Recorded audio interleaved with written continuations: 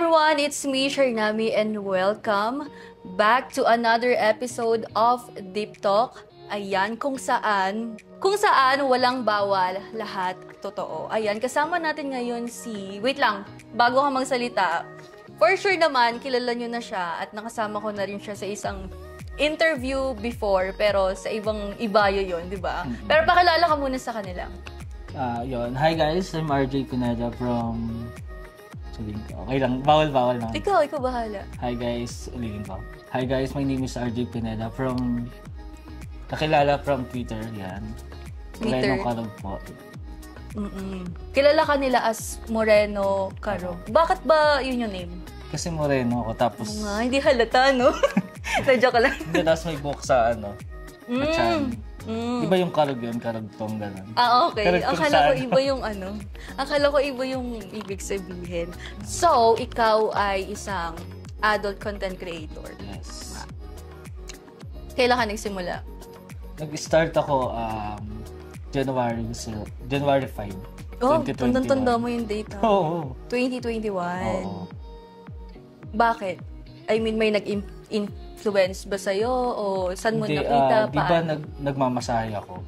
Tapos ngayon, naghanap ako ng client sa dating apps. Di ba? Uso naman yun, mga client. Apps. Tapos, may nag-message na ako, isang adult content creator din. Tapos, yun, sabi niya, gusto mo bang gumawa ng ganito? Sabi ko, sige, itatry ko. Gumawa ng ng content? Ng content. Sige, itatry ko kung gano'n. Hanggang ngayon, nagmamassage ka pa rin? May mga client ako, minsan. Pero minsan, diretso na agad. Diretso na. So, parang minsan 2-in-1. Massage, tapos content, gano'n. So far, okay naman ang pagpasok mo sa adult industry? So, mahirap. Pero, syempre, habang tumatagal, di mo na pinapansin yung iba. Okay naman. Anong ibig mo sabihin sa hindi mo na pinapansin yung Hindi iba? ko na pinapansin yung mga comment ng iba. Syempre, sa una, madidepress ka naman, di ba, sa mga comment na mababasa mo. Bakit mo ginawa yan? Bakit ganyan yung trabaho mo? Madaling kumita, pero yung mga ganun. Bakit mo nga ba ginawa? Dahil sa pera, syempre. Syempre, hindi na tayo lalayo doon, no? Hindi na tayo lalayo. Yung massage, anong year ka nag-start? 2018. 2018, tapos 2021.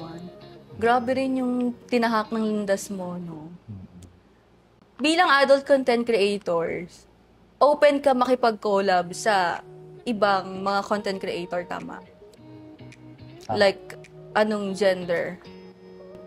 Kahit anong gender, okay lang. Open ka naman.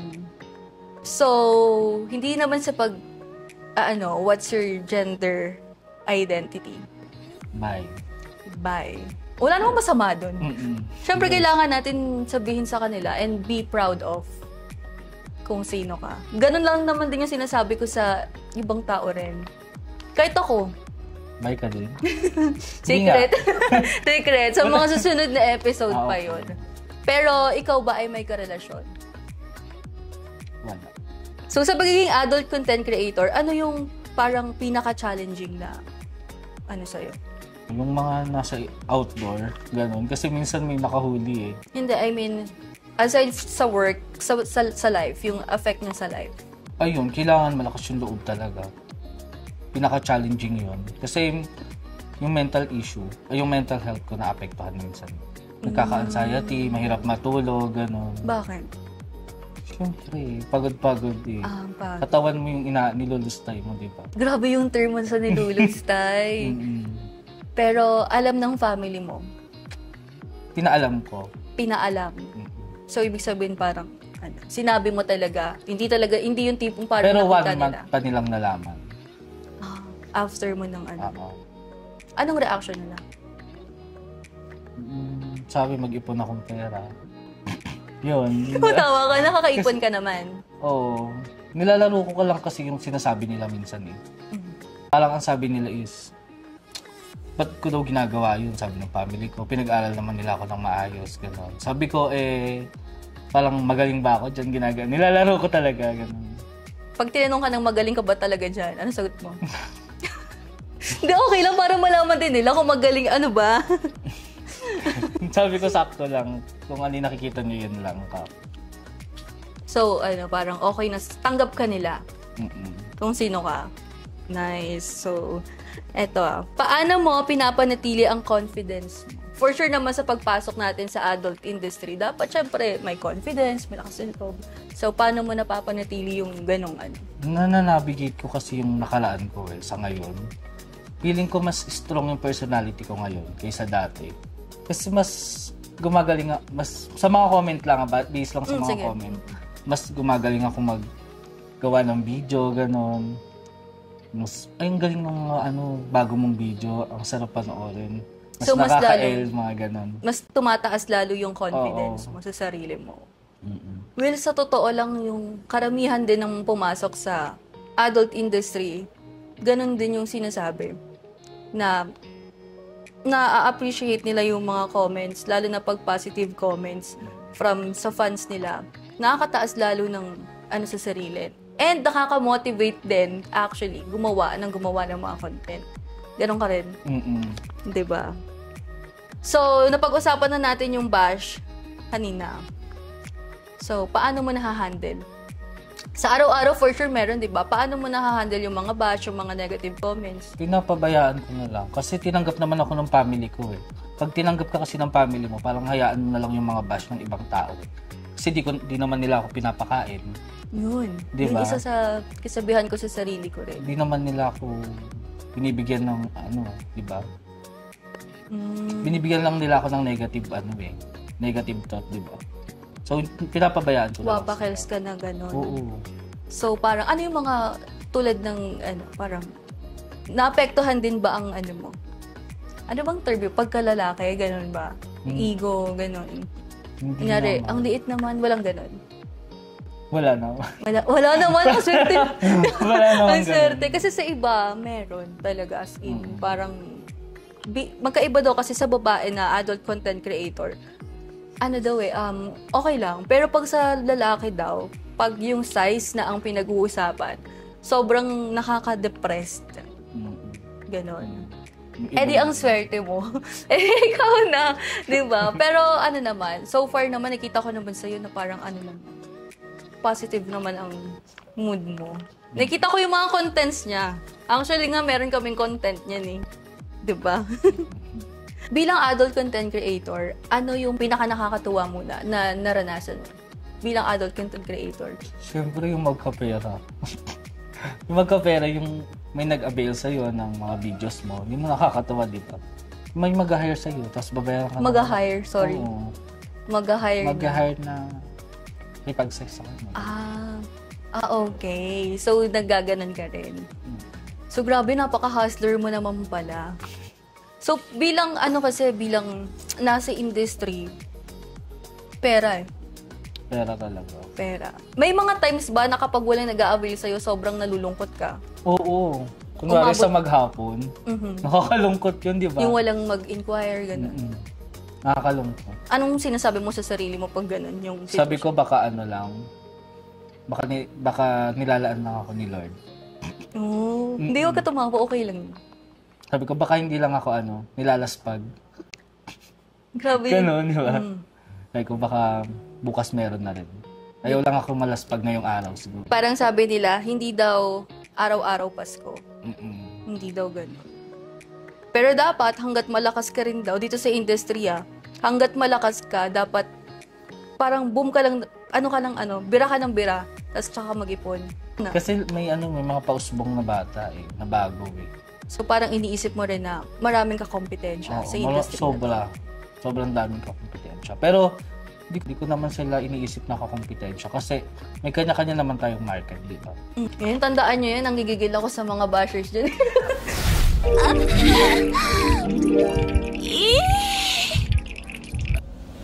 So ayan, grabe, ang dami kong nalaman din sa'yo.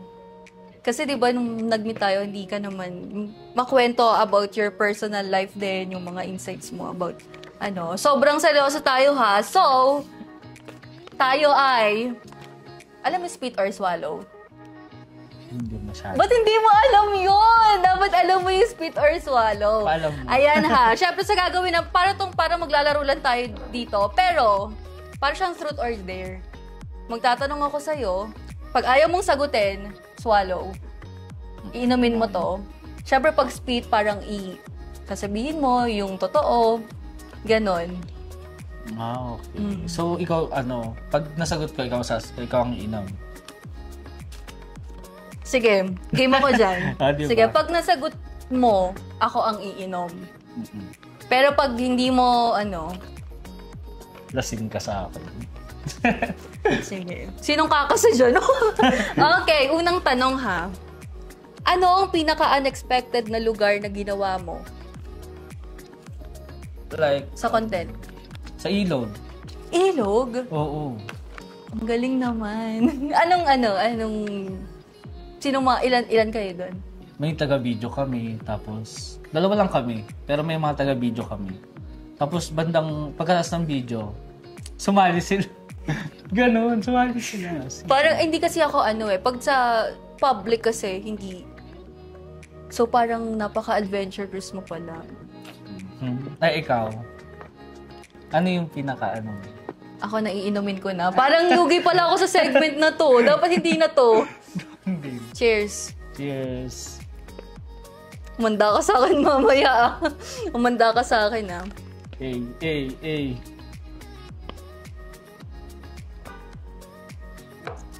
Saglit lang, mamaya.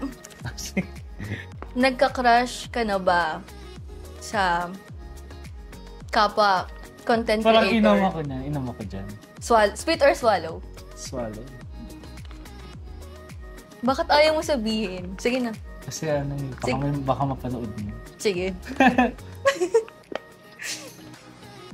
Bottoms up. Yan.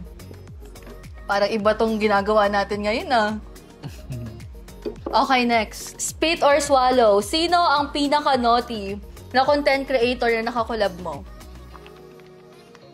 Pinaka-malibog. Pinaka-wild. Paano kung ikaw? Ako? Wala na. Sinagot na naman yun. Ano, yung totoo? Hindi. Pinaka-malibog na content creator na kagaya natin. Na maraming role. Ganun. Pinaka-wild nga, Sino nga? Sasabihin mo ba? Si Spit or swallow? Si Drogo. Sapang Bato, kilala mo yan. Para nakikita ko siya. Nasa So ako Australia na na kasi naman, siya diba? ngayon. Galing mo talaga Ba't di mo masagot? Yung tanong. Babalik ko sa'yo yung tanong. Wild? Ano ang iskandalosong comment na natanggap mo online? Yung tipong talagang feeling mo gusto mo na mag-quit. Spit or swallow? Swallow na lang ako.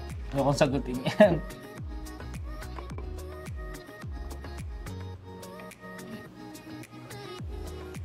Ang galing. Bottoms up. Sige. Wala. May pinagdadaanan ka ata ngayon.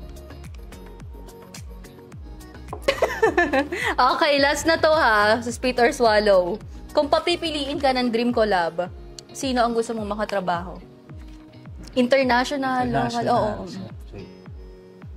International, si ano nga name mo? Nakalimutan Ano yung tsura? Nakalimutan ko kasi name niya eh. Sayang. Wala, pag di nasabi siya, shutdown. Ayun, naubos na nga. Nakalimutan ko yung name niya. Sa local? Sa local. Wala kasi ako masyadong kilala eh. Siyempre, prepared ko lang. Gusto ko siyempre yung quality tignan. Ganun. Sa babae, sexy siyempre. Pag sa lalaki, macho. Ay, taray. Sige na, inamin mo na yan. Ang dami pang art. Ang dami pang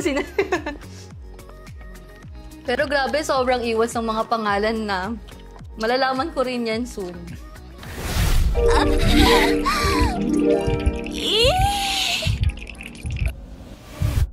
So, ayan. Kamusta ka ngayon after nung mga tanong na yun? Okay naman. Mas Nalasing naging komportable tayo. Oo. Dapat pala mas intense ang mga tanong natin. Kung may gusto kayong itanong sa kanya, yan, comment nyo na lang kung ano yung pa yung mga gusto nyong itanong at gusto pang malaman sa kanya. So, ayan, malapit na matapos ang interview na to. Syempre, magpapasalamat muna ako sa'yo. At pangatlong beses na ba tayo nakita? Di ba? Pangatlong beses na. Ang bait niya, promise. Mabait siya. Minsan siya yung sumasagot ng Grab ko. Minsan ayoko na nga, nakakahiya eh. Ayoko na. Sobrang gentleman niya. Sa totoo lang. So, ayan, bago ko pagpatuloy itong mga tanong ko, may mga ilang tanong pa ako sa'yo. Maraming salamat muna sa Camelot Hotel. Hi. Thank you, Camelot.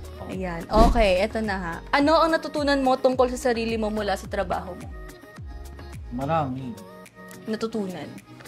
Marami ako natutunan. Tulad ng? Una, kailangan sa health mo. Importante. Kailangan sa health mo. Kailangan budget lahat ng mo. Budget lang. Huwag ka masyadong maluho. Ganon. Unahin natin sa health. Kasi maraming mga nanonood ang hindi aware kung paano ba inaalagaan ng isang adult content creator ang health niya. Kailangan at syempre natutulog ng 7 to 8 hours, di ba? Ano Tapos, kumakain lang na umiinom ng mga vitamins, umiinom ng prep, gano'n. Umiinom ng prep. So, sabihin mo nga sa kanila kung ano yung prep. Hindi ko siya masyadong So, parang ano siya, di ba? Parang siya. Sige. Basta para siya sa parang lang sa HIV, immune system. Oo nga, para maiwasan din yung magkaroon ng 99% HIV. parang Okay. So, aside from health, yung budget, paano mag-handle ng pera. Huwag masyadong maluho. Pero dumaan ka doon sa pagiging maluho. Oo. Dumaan ako. Kasi syempre, pag minsan, alam mo naman, kaya nasasabihan ng mga adult content creator na, easy money. Pero hindi. Hindi siya easy money. Nakakapagod din mga ginagawa natin, diba? Nakakapagod din. Kaya hindi siya easy money. Mag-i-edit ka pa, mapupuyat ka pa, gano'n. Siyempre, magbabayad ka pa ng hotel, mga pagkain pa. Diba? Ang dami mo rin isa-sacrifice. Siyempre, dignidad mo pa, isa-sacrifice mo doon. Uy, diba? Dignidad. Okay. Anong mapapayo mo sa mga gustong subukan ang adult content creation? Yung mga gustong pumasok. Ang maipapayo ko lang, dapat malakas yung loob nila. Huwag agad-agad pumapasok sa... Kung di nila alam, dapat pag-aralan muna nila. Ganon. Malakas loob. Yung sa mga papasok pa lang, di ba for sure may mga nagtatanong sa'yo na paano ba pumasok dyan? Willing ka bang tulungan sila? Oo. Willing naman akong tulungan sila. Step by step lang. Hindi agad-agad. Last question ko na sa'yo ha. Kung babalik ka sa araw na mapagdidesisyonan mong pumasok sa adult content creation, papasukin mo pa ba tong adult industry or hindi na? Hindi na. Kung babalik ka sa araw na yun? Hindi na. Pero hindi ko siya pinagsisisihan. Pero hindi na ako papasok kung sakaling maibabalik yun. Kasi magulo eh. Diba? Sobrang gulo. Pero hindi mo siya pinagsisisihan? Hindi ko siya pinagsisisihan, pero magulo. Magulo. Gusto mong paliwanag? Hindi na. Okay, sige. sobrang lalim nung huling-huli. Pero, okay ka lang? Huwag ka umiyak. Kasi mababuluha ako. Hindi, sige. So, ayun, maraming salamat sa'yo, RJ. RJ na lang tatawag ko sa'yo kasi ang haba nung Moreno Karog eh. Ayan. Sobrang maraming salamat kasi pinagbigyan mo ko na interviewin kita nang wala tayo sa kama. Ayan. So, ayun, baka may mga gusto kang pasalamatan. Ayan, pasalamatan mo na sila. Thank you unang-una syempre sa'yo na nagbigay sa akin ng opportunity dito. Opportunity, ayun. Tapos, yun lang, pinopromote ko lang yung Twitter ko, yung JFF ko. Morenong Karog 1 po. Tapos, makikita nyo na po yung JFF ko doon. Pati yung Telegram ko. Ayan ha. More power sa'yo. At syempre, bilang adult content creator rin, dapat mag-iingat ka palagi rin. Lalong-lalo na sa health. Kasi syempre, number 1 kalaban natin dito. Hindi lang yung mga HIV or what, pati mental health kailangan alagaan din. Kasi napapansin ko sa industry na to, maraming naaapektuhan ang mental health. Yung iba talaga sobrang nagsisisi kung bakit nila pinasok. Yung iba sobrang nahihirapan, labasan nga yung industry na to.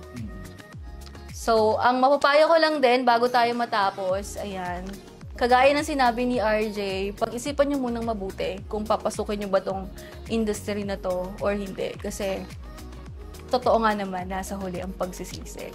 So, ayun lang guys. Ayan, maraming salamat sa lahat ng mga nanood. Ayan, mga, should I say, mga ka-deep talk. Ayan, maraming salamat sa lahat ng mga nanood. And, abangan nyo yung susunod na episode. Siyempre, marami pa tayo magiging guest. At kung gusto mong maging guest, ayan, comment ka lang. At yung email, ilalagay na lang din namin sa comment section. So, yun lang guys. Bye!